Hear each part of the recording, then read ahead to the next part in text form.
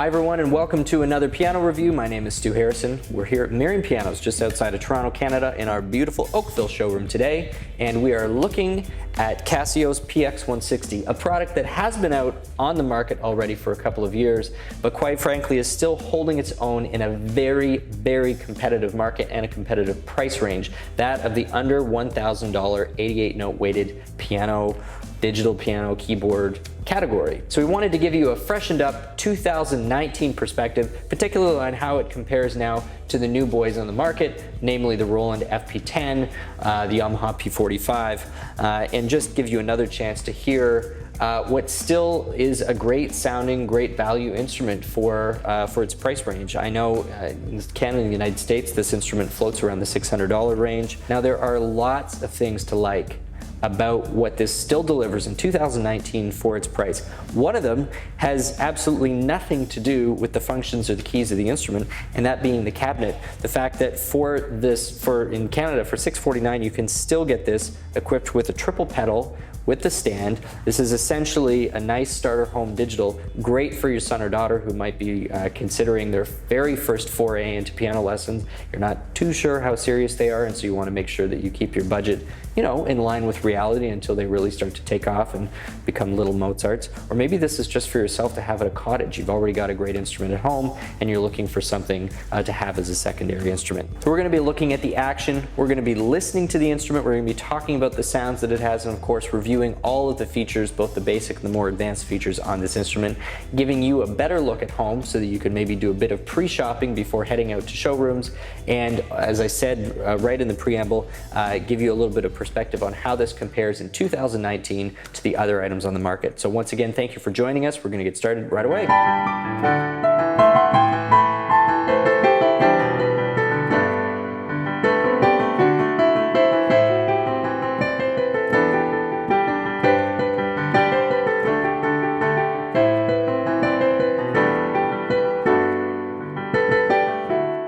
When the PX160 came out, and this I think is going back 2 or 3 years at this point, there were several things about the action that brought some innovation to the marketplace, you know, particularly for the price range. One of them was that they came with textured keys, and the keys actually had a pretty decent hammer weight to it.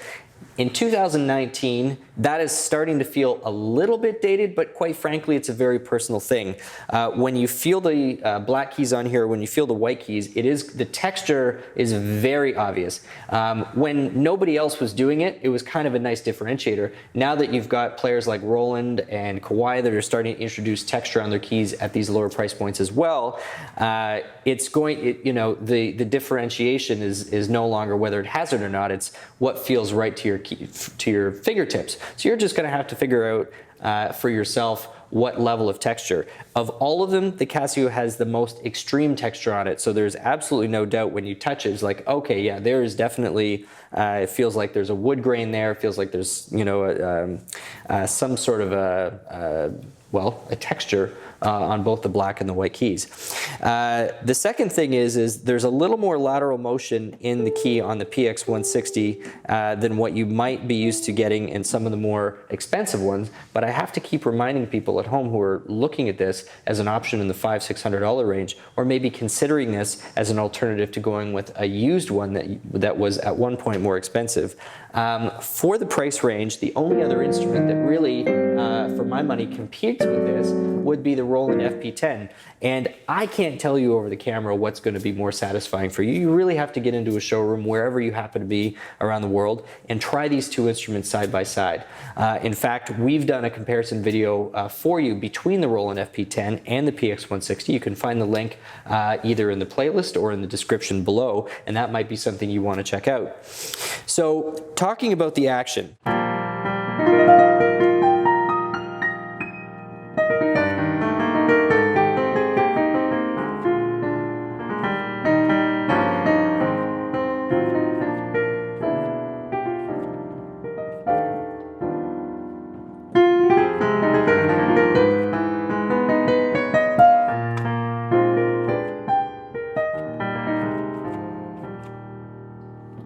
Yeah, so you can hear the mechanics of the action a little bit more than what you normally would.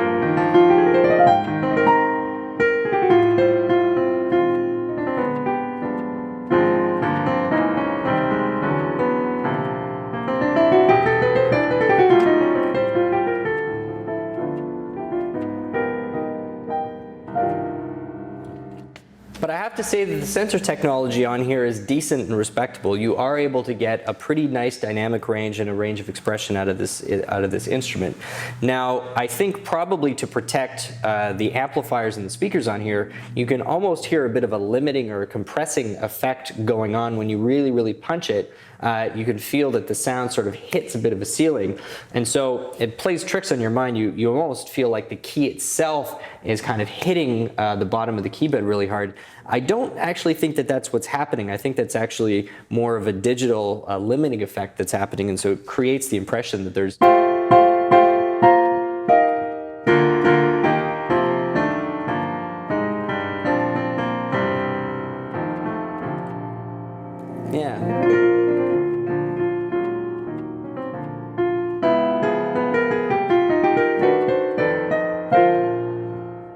Moving on to the sound and the features in the instrument, I make mention of this in my Roland FP10 video, the fact that they've got all of your shortcut commands nicely and cleanly printed on the front. I really appreciate that, because who likes looking through manuals to try and remember a function that you might only use every couple of weeks? There's no way you're going to memorize that unless you've got a photographic memory. So having it right there makes it easy, it makes it intuitive, and it limits the amount of frustration that you might have navigating some of the more complicated features of the instrument. So you've got a function button right there, and then pretty much everything is laid out right in front of you.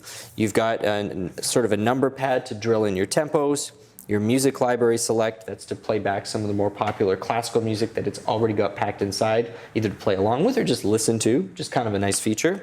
And then you've got your piano sounds, your electric piano sounds, and some of your other supporting sounds like your strings and your pipe organ.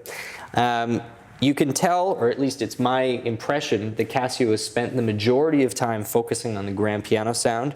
You can hear some of the other ones don't have quite the same gusto or quite the same focus or level of sophistication in the sound, but they're still functional.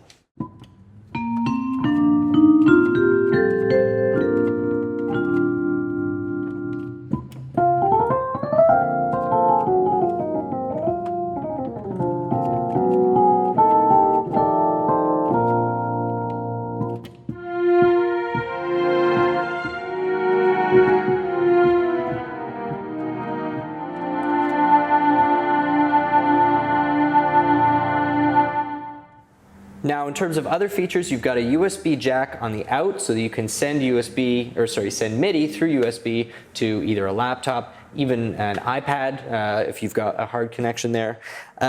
One of the nicer things that I really appreciate that Casio has done here is they've actually got discrete audio outputs. So if you want to send 1/4-inch outputs to an amplifier or to a stereo, you can do that without having the headphone jack defeat all of your local sound production, which is really honestly annoying. I'm not sure why all manufacturers still have that happen without some sort of an option to manage that function. However, you don't have to worry about it on there. You can still have the local speakers working and send this to an amplifier or a speaker, especially if you're using this to gig with, which quite frankly, if you're looking for an inexpensive light instrument to do that, this isn't totally off the map.